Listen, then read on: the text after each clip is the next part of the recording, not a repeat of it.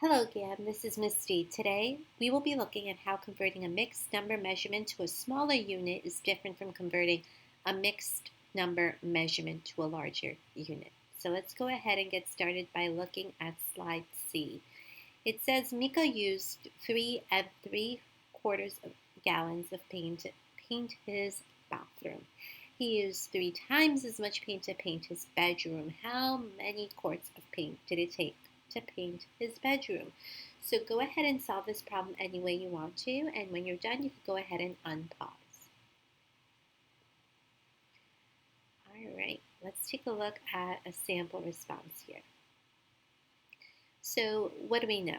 We know that the bathroom was 3 3/4 of a gallon, right? That's how much that was. Now the bedroom, it told us, was 3 times that amount.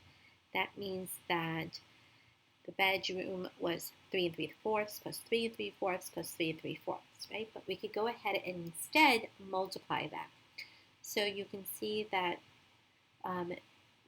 we kind of use distributive property here, right? That 3 times 3 gives us that 9, and then 3/4 times 3 gives us 9, gives us 9 and 9/4 total gallons, right? We can rewrite 9/4 as 2 1/4, so that would bring our total here to 11 1/4 gallons. But the question wanted us to know how many quarts, right? So our units started off in gallons, and they wanted us to give the answer in quarts. So thinking back to the relationship between gallons and quarts, we know that 1 gallon is equal to 4 quarts. So we have here 11 gallons, which would give us 44, right? Because in order to go from gallons to quarts, we're going to multiply by 4. So 11 times 4 gives us 44, and 1/4 times 4 gives us 1. So our total would be 45, because we add those two up because it was 11 1/4. So we kind of split up that work there.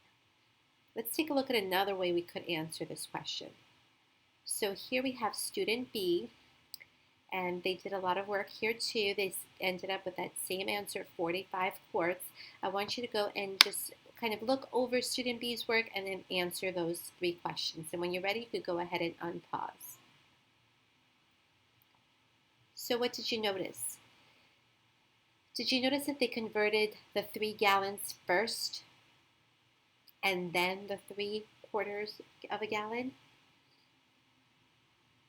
Did you notice that they multiplied the quarts for the bathroom by 3? Right, so let's take a look at that a little bit. So they converted the 3 gallons first, right, and got 12 quarts, and then the 3/4 of a gallon to 3 quarts.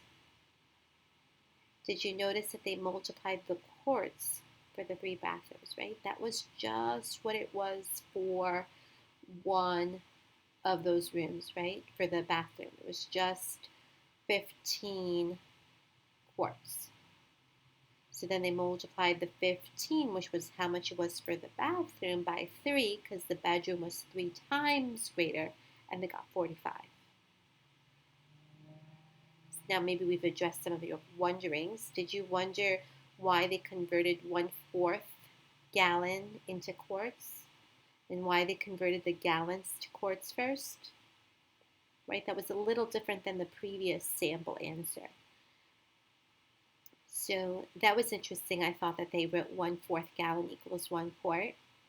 Right? We would probably just think about that initial relationship, but that breakdown to show that 1 quart is 1/4 gallon might be a good way to think about how you can figure out the relationships with these numbers by finding out what the smaller unit is in relation to the larger unit. So if we have 1 quart, it's 1/4 of a gallon. And what does this make you think about solving story problems involving units of measurement? Did it make you think that when you go from a smaller unit to a larger unit, you might divide, and maybe when you go from a larger unit to a smaller unit, you might multiply, right? We don't have to use division multiplication, but maybe that's what we could also think of doing when we have these kind of conversion problems. So when we have a smaller unit to a larger, we might be dividing, and when we have the larger unit going to a smaller, we might be using multiplication. All right, let's take what we know from now these last two sample answers and see if we can figure something out for this question here. It says 1 pound is equal to blank ounces. How many ounces are equal to a quarter of a pound? So they want us to think about, we're given that the larger unit, right? We know it's 1/4 of a pound. We have to now think about how many ounces that is. So before I let you try and solve this question, let's kind of just go over how much 1 pound is equal to. So 1 pound is equal to how many ounces? You said 16. You're right. 1 pound is equal to 16 ounces. So go ahead and try to figure out the answer here. How many ounces are equal to 1/4 of a pound? When you're ready, you go ahead and unpause. Okay, so you might have drawn the bar model. We're going to take a look at using operations to solve this problem. So thinking about that relationship, that 1 pound is equal to 16 ounces, we're kind of going again from the smaller number to a bigger number, right? We're going from pounds to ounces, so that makes us think we're going to be multiplying. So I have 1/4 of a pound. I'm going to multiply it by 16, and that gets me 16 fourths. So how many fourths are in 16? And that is 4. So we get our answer here of 4 ounces. So we know that 1/4 of a pound is equal to 4 ounces.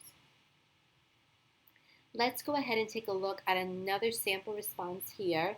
So here we have student A, and they used a visual here, right? So it's kind of visually friendly to look at this work for this problem, but I want you to kind of take some time and look at what you're seeing here and answer those questions at the right.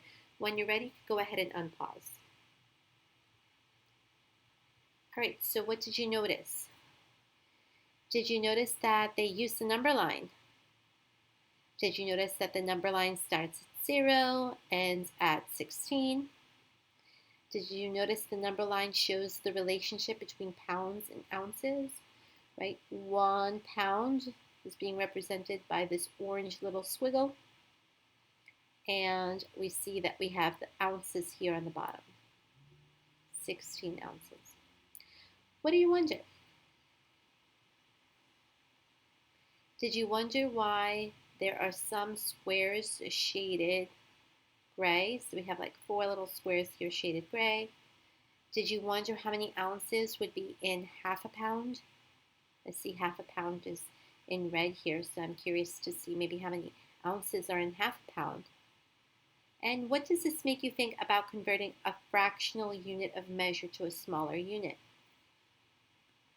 Does this make you think that we can use multiplication or bar models to help us convert a fractional unit of measure to a smaller unit? And that's what we've been seeing in these slides. We can use a visual like a bar model or like a number line like we see here to help us visually see those relationships between the units. So we have a pound here, we see the ounces here on the bottom, and we can see that a quarter, if we break this apart into quarters, which you see here a kind of outline in black. So you see that this is a quarter, right? We broke it up into 4 even parts, and we see that in one of those parts, right, that shaded part, the shaded yellow part, we have those 4 ounces. All right, guys, well, that brings us to the end of this video segment. I hope you found this video on how to convert mixed number measurements to a smaller unit and how it differs from converting a mixed number measurement to a larger unit helpful, and I'll see you next time. Great job, everybody.